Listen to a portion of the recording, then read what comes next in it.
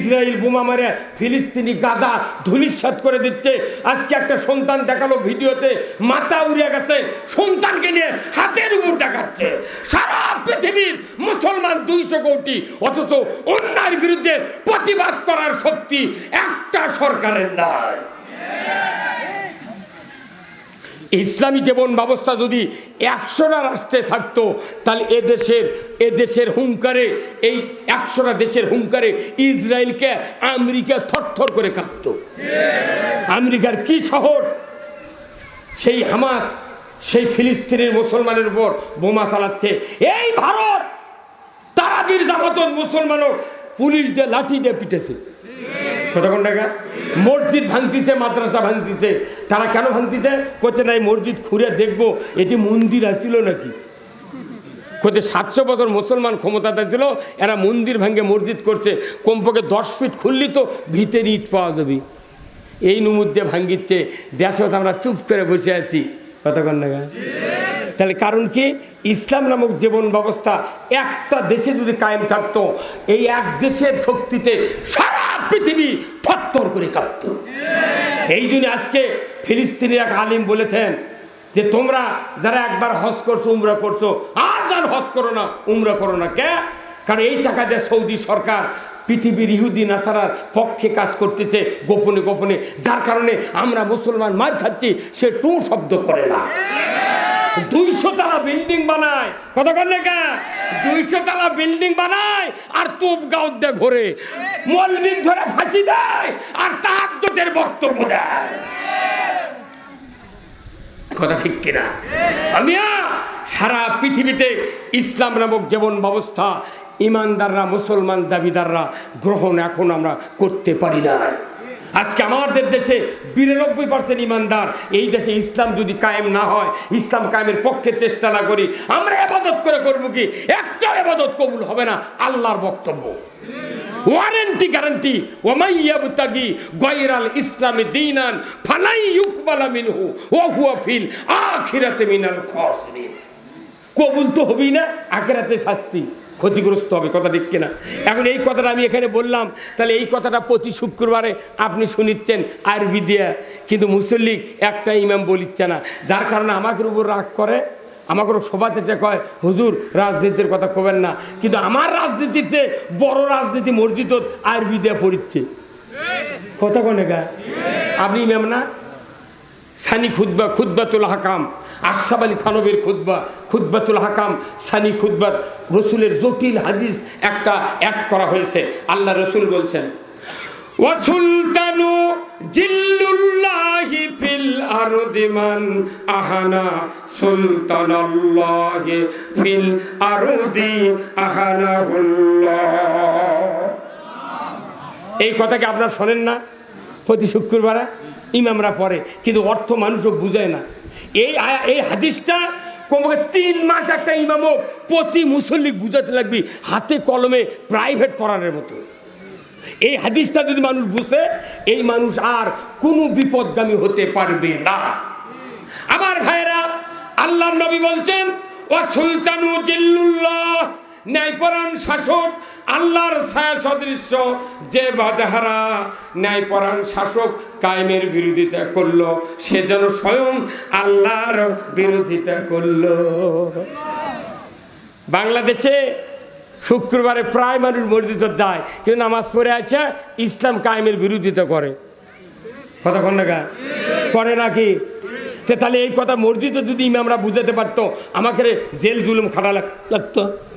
এই কথা না বুঝানোর কারণে বয়তুল মোকাররমের ইমাম পড়ে গেছে। 5,12,000 মসজিদের মধ্যে 5,11,999 জন ইমাম বাংলাদেশত আছে। তুই পড়ে গেলু ঘেরা? কথা কোন টাকা?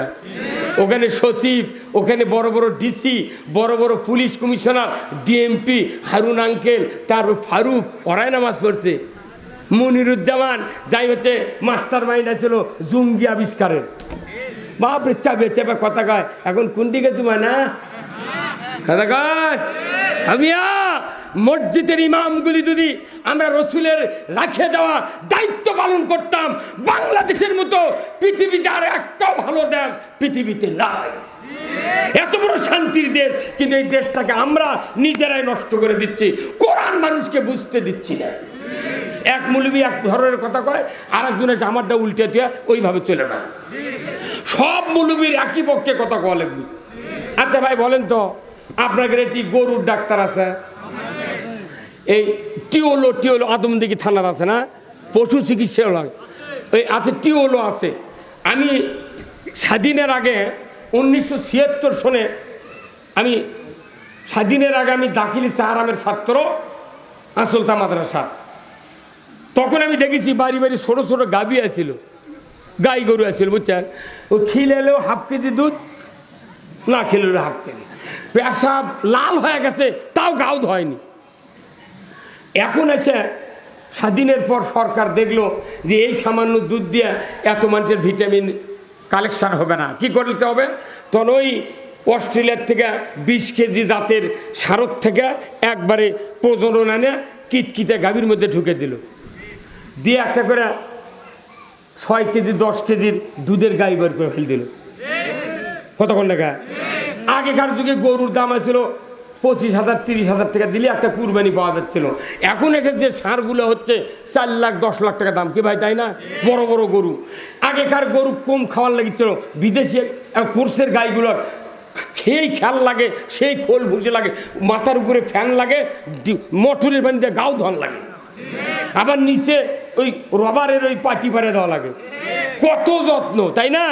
আচ্ছা, এখন ওই টিওলারাই বুদ্ধি বার করে সারা বাংলাদেশে গরুর একটা জাতি পরিবর্তন করে দিয়েছে।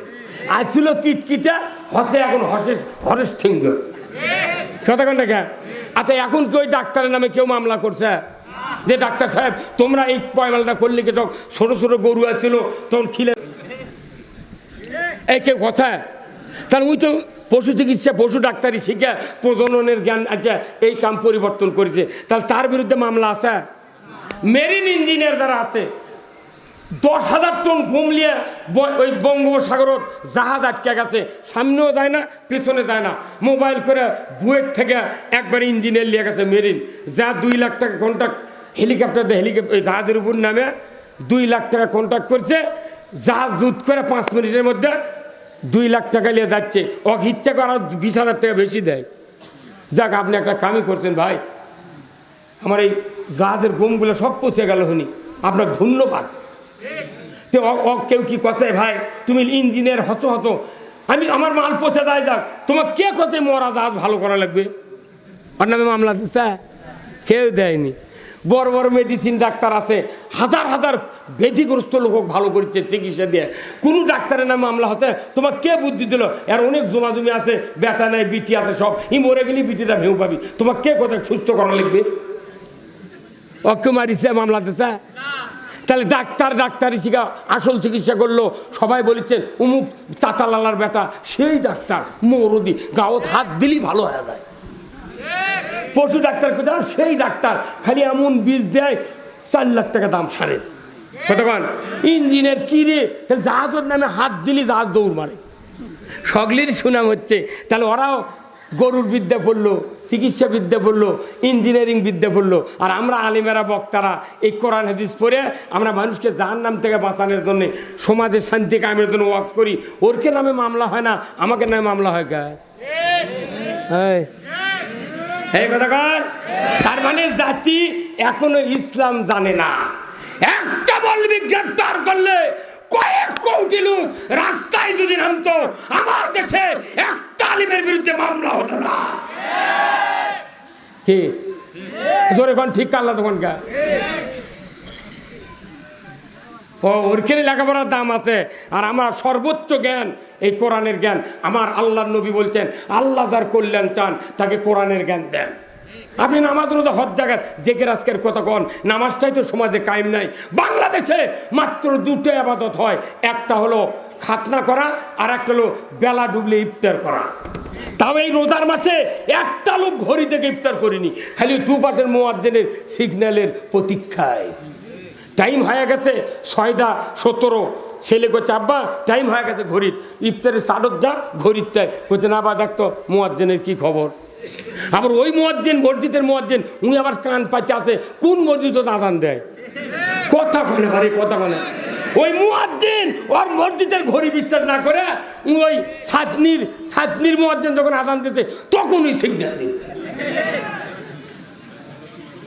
হয় না, যত করে ব্যারিস্টার হই, বক্তা হয়ে, ইমাম হই, আলিম হই, কোনোদিন ঘড়ি রোজার মধ্যে বিশ্বাস করি না। কারণ এই রোজা হলো ঐক্যবদ্ধতা শিখায়, এক দল হওয়ার শিখায়। রোজা যদি একসাথে আমরা ভাঙ্গে যদি তৃপ্তি পাই, যদি 1 মিনিট আগেও হয় কারু লস নাই, যদি 1 মিনিট পরে হয় কারু লস নাই। একা একা ইফতার করা যায় না। এই কাজ আর খাতনা করা ছাড়া বাংলাদেশে কোনো ইবাদত ঠিকঠাক মতো নাই। এই খাতনা আর ইফতার করে দান না তো, তাহলে নবীর দাঁত ভাঙলে হইন না। কতক্ষণ আমার ভাইরা, আজ থেকে 1500 বছর আগে আল্লাহর নবী মক্কাতে দাওয়াত দিলেন। কলেমার দাওয়াত দিতে দিতে 1 বছর 2 বছর করতে করতে 11.5 বছর বয়স হয়ে গেল, নবুয়তের বয়স। কিন্তু মক্কাতে কাফের বেঈমান মুশরিক যারা রসুলের দাওয়াত সহ্য করলো না, হযরত বেলাল, ইয়াসির, খাব্বাব, সুমায়া সহ অনেক ইমানদার নরনারীকে তারা মারল, হত্যা করলো, জেল জুলুম দিল, তাদের পিঠের চামড়া উঠায় দিল। এত নির্যাতনের পরে রসুলের মন একটু ভারাক্রান্ত হয়ে গেল। আল্লাহর নবী তার ঘর থেকে একটা কম্বল হাতে করে নিলেন, উনি নিয়ে কাবার চত্বরে চলে গেলেন। কাবার ঘরের ছায়াতে বগলের নিচে কম্বল দিয়া উনি ঠেস দিয়া আরাম ফরমাচ্ছেন। এমন সময় হযরতে খাব্বাব রাদিয়াল্লাহু তাআলা আনহু রসুলের দরবারে হাজির। জোরে কন্যা সুবহানাল্লাহ। রসুলের সামনে হাজির। আল্লাহর নবীকে সালাম দিয়ে বললেন, ইয়া রাসূলুল্লাহ, মাতা নাসরুল্লাহ, আল্লাহর সাহায্য কি আসবে না? আপনি কি আমাদের জন্য আল্লাহর দরবারে দোয়া করবেন না? এইভাবে কি জুলুম, নির্যাতন, মামলা হামলা দিয়ে অত্যাচার করে আমাদের নিষ্পেষিত করে দিবে? আপনি কি সাহায্য জন্য আবেদন করবেন না, প্রার্থনা করবেন না? বলার সাথে সাথে নবীজি কম্বল থেকে সোজা হয়ে বসলেন। উনি বললেন, রে খাব্বাব, তুমি এত তাড়াহুড়ো করছো কেন? কি হয়েছে তোমার? এত অসুবিধা কি? বলে, হুজুর, আমরা তো মার খেয়ে শেষ হয়ে গেলাম, আমাদের কি এই মার বন্ধ হবে না? এই অত্যাচার কি বন্ধ হবে না? আল্লাহর নবীর সাথে সাথে খাব্বাবকে বললেন, রে খাব্বাব, তুমি শোনো, আমাদের পূর্বে যারা দিনের দাওয়াত দিতে এসেছিলেন এই জমিনে, তাদের কাউকে আগুনের কুণ্ডুতে ফেলে দেওয়া হয়েছিল, কাউকে করাত দিয়ে দ্বিখণ্ডিত করা হয়েছিল, কাউকে শুলে চড়ে হত্যা করা হয়েছিল, কাউকে লোহার চেরনে দিয়া হাড্ডির থেকে গোস্ত আলাদা করে দুনিয়ার থেকে শহীদ করে দেওয়া হয়েছিল। শোনরে খাব্বাব, এত অত্যাচার নির্যাতনের পরেও একজন দিনের দায়ীকে দিনের পর থেকে এক চুল পরিমাণ সরাতে তারা পারে না, সরাতে পারে নাই। তুমি এত তাড়াহুড়ো করছো কেন? হযরতে খাব্বাব মন খারাপ, ভারাক্রান্ত। এই রসুল ওই খাব্বাবের সান্ত্বনার জন্য বলে দিলেন, রে খাব্বাব, তুমি চিন্তা করো না, তুমি ভয় পেও না, সেদিন এত তাড়াতাড়ি নিকটে হাজির হয়ে যাবে। সেই দিনটা বেশি দূরে নয়, যেদিন সানা থেকে, ইয়েমেনের রাজধানী সানা আর হাজরামুত, কাবা শরীফের গেট থেকে শুরু করে সানার ইয়েমেন এর সানা রাজধানী পর্যন্ত 1250 কিলোমিটার পথ, একজন ষোড়শী যুবতী যৌবনের লাবণ্যতা নিয়া সোনার অলংকার পরিহিত অবস্থায় একা একা রাত্রিতে চলে যাবে রাস্তায়, কেউ সাথে থাকবে না। আমার নবী বললেন, লা ইয়াখাফু ইল্লাল্লাহ, আল্লাহর ভয় ছাড়া কারো ভয় থাকবে না, সেদিন বেশি দূরে নয়। নবী যেই কথা বললেন, আজকে বাংলাদেশে ওই পরিবেশ কি আছে? 72 বছরের বুড়ির থেকে শুরু করে 3 বছরের শিশু সন্তান ওই মিস হয়নি। হ্যাঁ, বাংলাদেশে জানা হয় কি হয় না? বাংলাদেশে জানা করার সব মশলা বাজারত চালু আছে। আজ থেকে 50 বছর আগে সমাজে জানা হয়েছে, তারা ধরা পড়েছে মাঠের নামাজের আগে, বিয়ের আগে তওবা তিল্লা করে কয় জাতুত্তিলা হুজুর আল্লাহু আকবার। কথা কয় যাই যেটি গরিব ধনির বাড়ির মেয়ে মানুষ গরিবের কাম করছে, সেটি মেয়ে মানুষ একে গর্ভবতী হয়ে গেছে। ওই হওয়ার পর দেখা যায় যদি ওর বাড়িতে গরিব মানুষের বেটা চাকরি থাকে, ওরা চাকরি ওর সাথে বিয়ে দিয়ে দেয়। তোর বেটাতে কাম করলো সেটা কি হলো? হ্যাঁ কথা কান হয় না। তখন ওষুধ ছিল না, কন্ডোম আছেন না, ফেমিকোন আছেন না, শুকি আছেন না, অবাস্টেট আছেন না। আর এখন এগুলো মাল সব বাজারত চালু আছে, জানা করলেও ধরা পড়ে না। জানা বন্ধ করার কথা কোরআনে আছে, লা তাকরাবাস জানা, জানার ধারে কাছেও যাও না।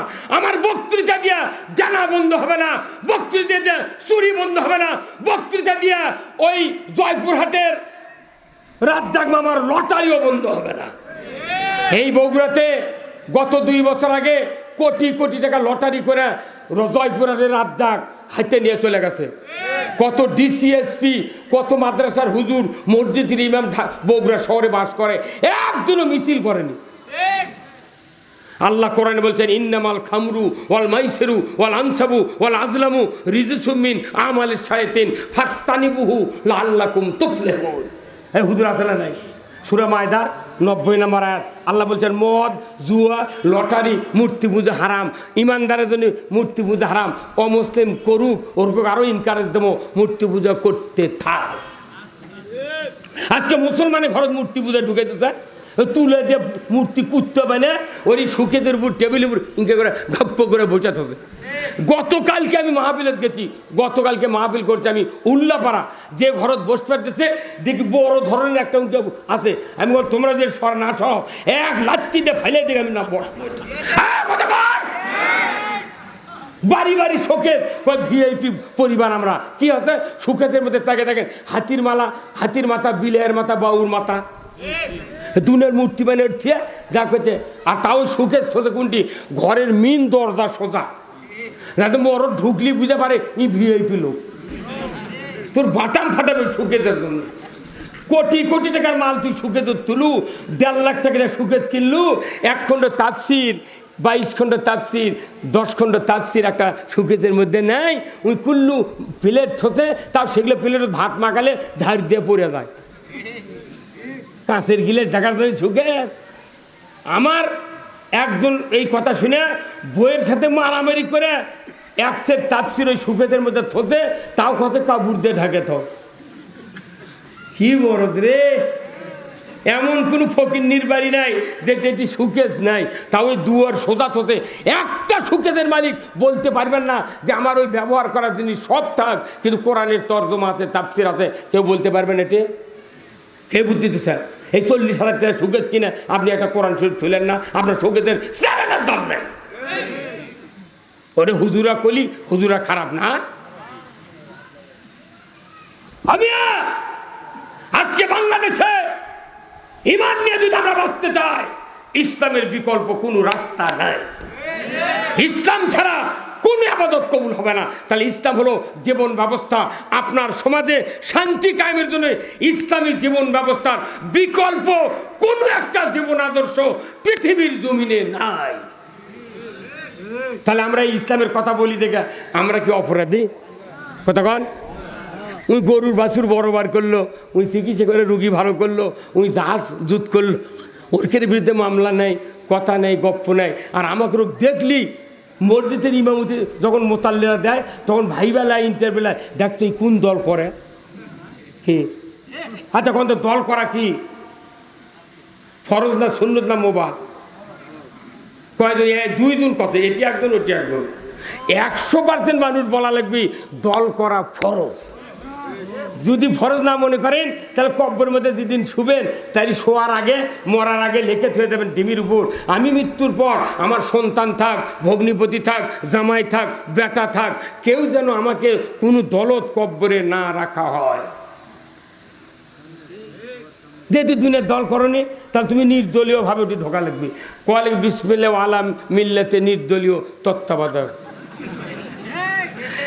তুমি সারা দেবন উল্টা পাল্টা দল করে কব্বরের মধ্যে মুন্সিক করতে হুজুর কপালত হাঁটু তার বকত হাত দেখুন তো বিসমিল্লাহ ওয়ালা মিল্লাতে রসুলিল্লাহ। হে আল্লাহ, এই মাইয়াতকে তুমি রসুলের দলে তোমার নামলে উঠে দিলাম। তো তুই সারা জীবন দল করলু অন্য মানুষের, আর নবীর দল তুই শোয়ার কারণ পেটন বেশি হবি।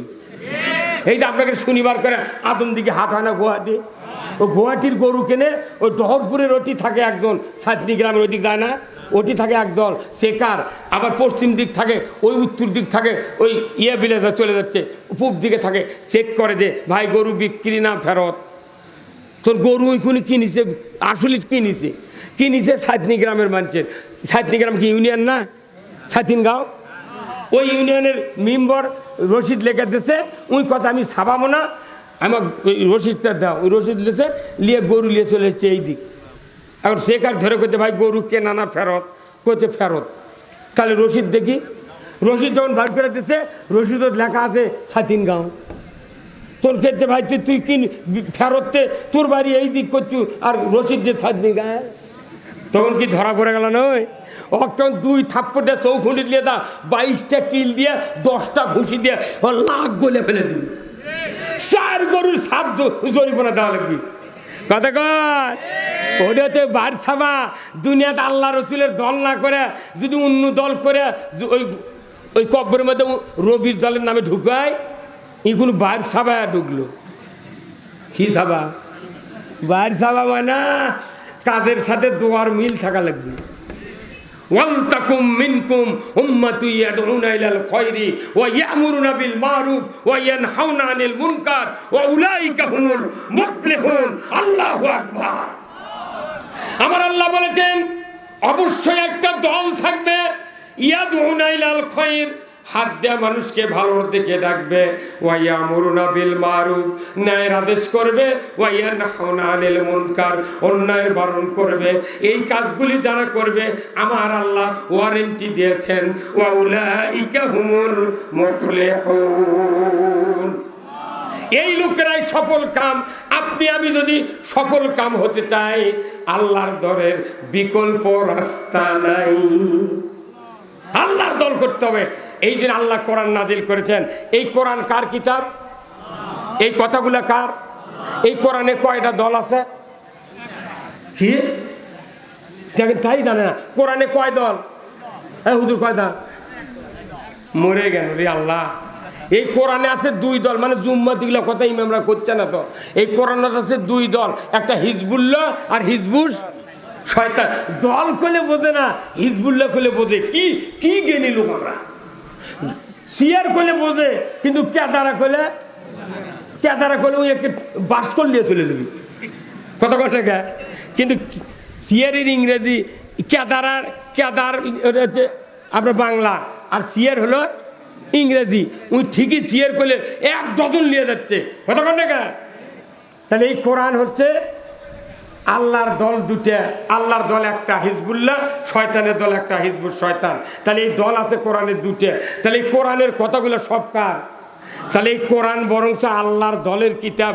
কোরআন হলো দলীয় কিতাব। ওই জন্যই কোরআনের কথা বললে যারা কোরআন সহ্য করে না, ইসলাম সহ্য করে না, তারা খালি কয় হ্যাঁ খালি কোরআন কলি হবি, কোরআনের রাজনীতি আছে, তুমি একাবার পারবে কি? আমার ভাইয়েরা, কোরআনুল কারিমে আল্লাহ বলছেন 4টি কাজ সরকার করবে। আল্লাযীনা ইম্মাক্কান্নাহুম ফিল আরদ আকামুস সালাতা ওয়া আতাউয যাকাতা ওয়া আমারু বিল মারুফ ওয়া নাহাউ আনিল মুনকার ওয়া লিল্লাহি আকিবাতুল উমুর। আমার আল্লাহ কোরআনে বলছেন 4টি বিধান সরকার চালু করবে, নামাজ কায়েম করবে। আজকে বক্তৃতা দেওয়ার কারণে সমাজে নামাজ কায়েম হয় না, সরকার নামাজ কায়েম করতে হবে। যদি বলুন ঠিক কিনা? এইবার 110 টাকা করে ফেতরা আমাদের নন্দীগ্রাম থানায় দিয়েছি। 110 টাকা ফেতরা। কেউ যদি 1 ওয়াক্ত নামাজ কাদা করে জরিমানা দিতে হবে তাকে 110 টাকা। যদি বলুন ঠিক কিনা? 5 ওয়াক্ত যদি কাদা করে 500, আর বেতের 100, 600, আর 6 10 60, 660 টাকা ডেলি জরিমানা দিতে হবে এই বেনামাজিকে। আর সরকার আইন করবে 1 ওয়াক্ত নামাজ কাদা করলে ফেতরা পরিমাণ জরিমানা 6 ওয়াক্তের দিতে হবে। আর 1 ওয়াক্তের জন্য 2.5 ঘন্টা হাজুত খাটতে হবে। তাহলে 2.5 ঘন্টা হাজুত মানে 6 ওয়াক্তে 15 ঘন্টা, আর 660। এই জরিমানা আর হাজুত খাটা যদি তুমি করতে পারো, তুমি নামাজ নামাজ ছেড়ে দাও। বলুন তো, এই আইন কায়েম করে সরকার ইমাম মুয়াজ্জিনকে যদি দায়িত্ব দেয়, ইমাম মুয়াজ্জিন আগামীকাল 8টার মধ্যে দেখবে যারা বেনামাজি আছে, তালিকাটা তাড়াতাড়ি করে আদমদিঘি ওসির কাছে তোমার পৌঁছে দাও। ইমাম মুয়াজ্জিন হোক, দায়িত্ব দিলে দেখা যাবে সকালবেলা আজান লাগবে না, 3:30টার সময় বেনামাজির স্ত্রী, বেনামাজির বাবা মা ওই সন্তানগুলিকে, স্বামীগুলিকে ডেকে বলবে, তোমার কি জরিফোনা দেওয়ার ইচ্ছা আছে, তোমার কি হাজুত খাটার ইচ্ছা আছে? যদি থাকে তাহলে শুয়ে থাকো, আর যদি না থাকো, ওই ইচ্ছা যদি না থাকে, তুমি ওযু করে মুয়াজ্জিন ওটা গেলে মসজিদে যাও। মেলা অন্য দলের লোক এই 16 বছর আওয়ামী লীগের সাথে ঘুরিছে, কেটে ঘুরছে, ওর সাথে ঘুরলে আমার নামে মামলা হবে না। কতক্ষণ রে, কত বোঝে না, মেলা লোক ওর সাথে ঘুরিছে, কিছু খালি মামলার ভয়ে, মামলার ভয়ে। যে আল্লাহ ওটা বুঝে দিচ্ছে, ময়না ইমামক দালিবির দায়িত্ব যদি চেয়ারম্যান মেম্বার ওর করে দায়িত্ব দেয়, ওরা নামাজি লোকের তালিকা দিবি, বেনামাজির দিবে না। সরকার যদি আইন করে আজান দেওয়া লাগবে না, পাগল 4:45 ফজর আজান হবি, ওই 3:30টায় মসজিদের দেওয়া বসে থাকবি। এটা হচ্ছে আল্লাহর আইন। জাকাত চালু আমাদের দেশে, রমজানের 27 তারিখ জাকাত দেওয়ার মানুষ পাগল হয়ে গেছে। কয়জন জাকাত দিতে? জাকাত দেওয়ার কথা নয়, জাকাত আদায় করবে সরকার। আমিলিনা আলাইহা, যারা জাকাত আদায় করবে তাদেরকে জাকাত দিতে হবে। এই জাকাত আদায় করে সরকার, কোরআনে